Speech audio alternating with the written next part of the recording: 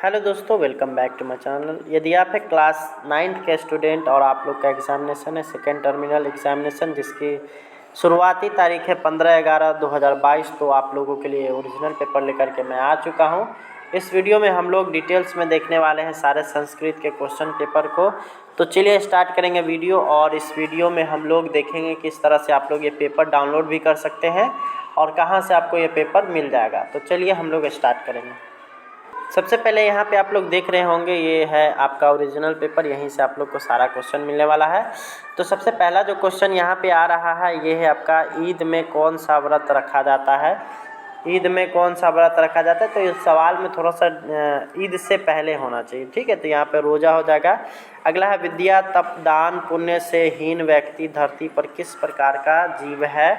तो ये हो जाएगा आपका सही आंसर, विद्या तप दान पुण्य से हीन व्यक्ति धरती पर जो जीव होता है उसको हम लोग बोलते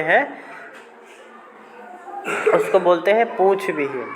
अगला हम लोग देखेंगे तो गीत नृत्य एवं वाद्य को क्या कहा जाता है, तो संगीत कहा जाता है। अगला है भोजपुर में प्रसिद्ध लोक नृत्य क्या है, तो इसका होगा आपका ऑप्शन नंबर बी यानी जोगीरा। अगला है विदेशिया लोकनायक के रचयिता कौन है, तो भिखारी ठाकुर। अगला है मिथिला कला के पद्मश्री विजेता कौन है, तो ये हैं आपके जगदम्बा देवी। अगला है मुसलमानों का प्रसिद्ध त्यौहार है, तो ईद। भारत कैसा देश है, तो भारत जो है वो गाँवों का देश है, यानी ऑप्शन नंबर ए हो जाएगा। अगला है कुंवर सिंह के पिता का नाम क्या है, तो ये हो जाएगा आपका ऑप्शन नंबर बी यानी साहबजादा सिंह। अगला है कुंवर सिंह का जन्म किस मंडल में हुआ था, तो ये हुआ था आपका आरा मंडल में। अगला है वीर कुंवर सिंह के गांव का नाम क्या है, तो जगदीशपुर। अगला है वीर कुंवर सिंह कब स्वर्ग सिधार गए थे, तो ये स्वर्ग सिधारे थे आपके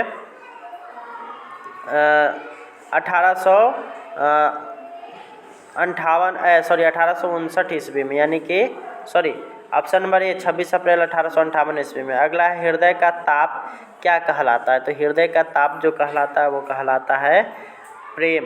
अगला है कौन न्याय पथ से नहीं हटते हैं, तो जो गुणवान व्यक्ति होते हैं वो अपने न्याय पथ से नहीं हटते हैं। अगला हम लोग है ब्रह्मा किसे नहीं समझा सकते हैं, तो बुद्धिहीन को। अगला सवाल अब हम लोग देखेंगे, तो अगला आता है यहाँ पर मूर्ख कौन है, तो यहाँ पे हो जाएगा आपका ऑप्शन नंबर बी यानी नास्तिक। अगला हम लोग देखेंगे तो वेद कितने होते हैं, तो वेद 4 हैं। अगला है कौन नष्ट हो सकता है, तो इसमें से हो जाएगा कौन नष्ट हो सकता है, तो बुद्धिहीन। अगला है यहाँ पर विद्या से उत्तम क्या है, तो विद्या से उत्तम है बुद्धि, यानी ऑप्शन नंबर डी। अगला हम लोग देखेंगे तो ऋग्वेद में देवताओं को बुलाने के लिए किस मंत्र का उपयोग किस रूप में होता है, तो ये होता है आपका कर्मकांड के रूप में, यानी ऑप्शन नंबर डी। अगला है यजुर्वेद का अर्थ है यजुर्वेद। अगला हम लोग देखेंगे तो किसके बिना संस्कृति नहीं हो सकती है, तो संस्कृत के बिना संस्कृति नहीं हो सकती है।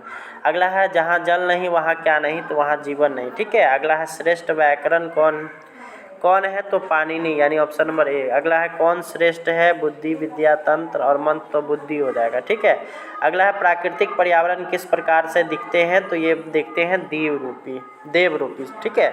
अगला हम लोग देखेंगे, अगला सवाल हम लोग देखेंगे तो पंडित कौन है, तो जो आपके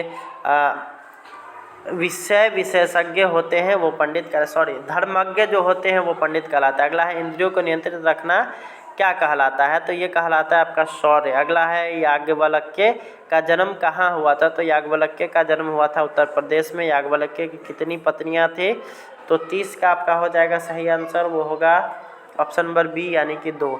अगला है गजग्राह का युद्ध कहाँ हुआ था, तो गजग्राह का युद्ध हुआ था गजग्राह मतलब हो गया ये गंगा गंडकी में, ठीक है। अगला हम लोग देखेंगे तो यहाँ पर है सर्वधर्म भाव समान कहाँ है, तो ये होगा आपका ऑप्शन नंबर डी यानी भारत में। अगला है सज्जनों का जन्म होता है, तो सज्जनों का जन्म होता है परोपकार के लिए। अगला है यश प्राप्त करना क्या होता है, तो इसका होता है यश का मतलब होता है यश प्राप्त होता है धर्म से। अगला है किसने बच्चों को लिखा था पराजय को स्वीकार मत करो, तो ये लिखे थे आपके पराजय को स्वीकार मत करो, तो ये लिखे थे आपका ऑप्शन नंबर डी यानी मिसाइल मैन अब्दुल कलाम। अगला है दीर्घ संधि का उदाहरण है, तो ये हो जाएगा आपका सुर जोर ईसा, तो ये हो जाएगा सुरेशा। अगला हम लोग देखेंगे सदैव का संधि विच्छेद क्या होता है, सदा जोर ऐब। तो इसमें तो ऑप्शन ही नहीं है, तो ये आपका ऑप्शन गलत हो जाएगा। ठीक है, आगे की ओर हम लोग देखेंगे तो लघु जोड़ आकार तो लघ्वाकार किस संधि का गुण है, तो ये है आपका वृद्धि संधि का। अगला है अ जोड़ ई से कौन सा नया वर्ण बनेगा, तो ये बन जाएगा अ और ई को मिलाइएगा तो अय बनेगा, अ और आधा य। अगला हम लोग देखेंगे तो गुरुत्वाह प्रश्न तिरछंती रेखांकित पद में कौन सी विभक्ति है, तो ये है आपका तृतीया विभक्ति। अगला हम लोग देखेंगे तो आगे किस विभक्ति का रूप है, तो ये चतुर्थी। अगला है अस्मद सर्वनाम शब्द का षष्ठी विभक्ति क्या होगा, तो ये होगा षष्ठी, ये हो जाएगा आपका ऑप्शन नंबर ए अस्माकम। अगला है नदीसु गंगा पवित्राम अस्ति वाक्य में रेखांकित पद में कौन सी विभक्ति है, तो यह है तृतीया। अगला है भवामी किस धातु का रूप है, तो भू धातु का। ठीक है, अगला हम लोग देखेंगे, अगला सवाल आएगा जही किस लकार का, तो ये हो जाएगा लोट। अगला है पानी पादम किस समास का उदाहरण है, तो ये हो जाएगा आपका बहुव्रीहि। अगला हम लोग देखेंगे तो पितम अम्बरम यस्य सह का समस्त पद क्या होगा, तो पीताम्बरः।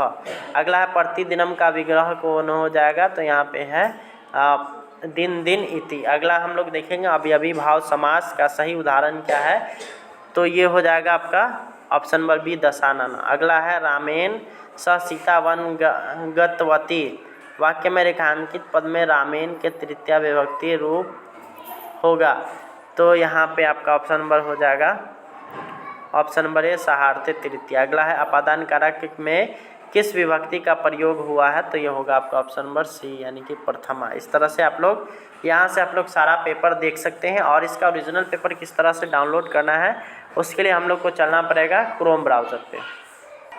हम लोग आ चुके हैं गूगल ब्राउज़र पे, और यहाँ पे हम लोग टाइप करेंगे ssclasses.com।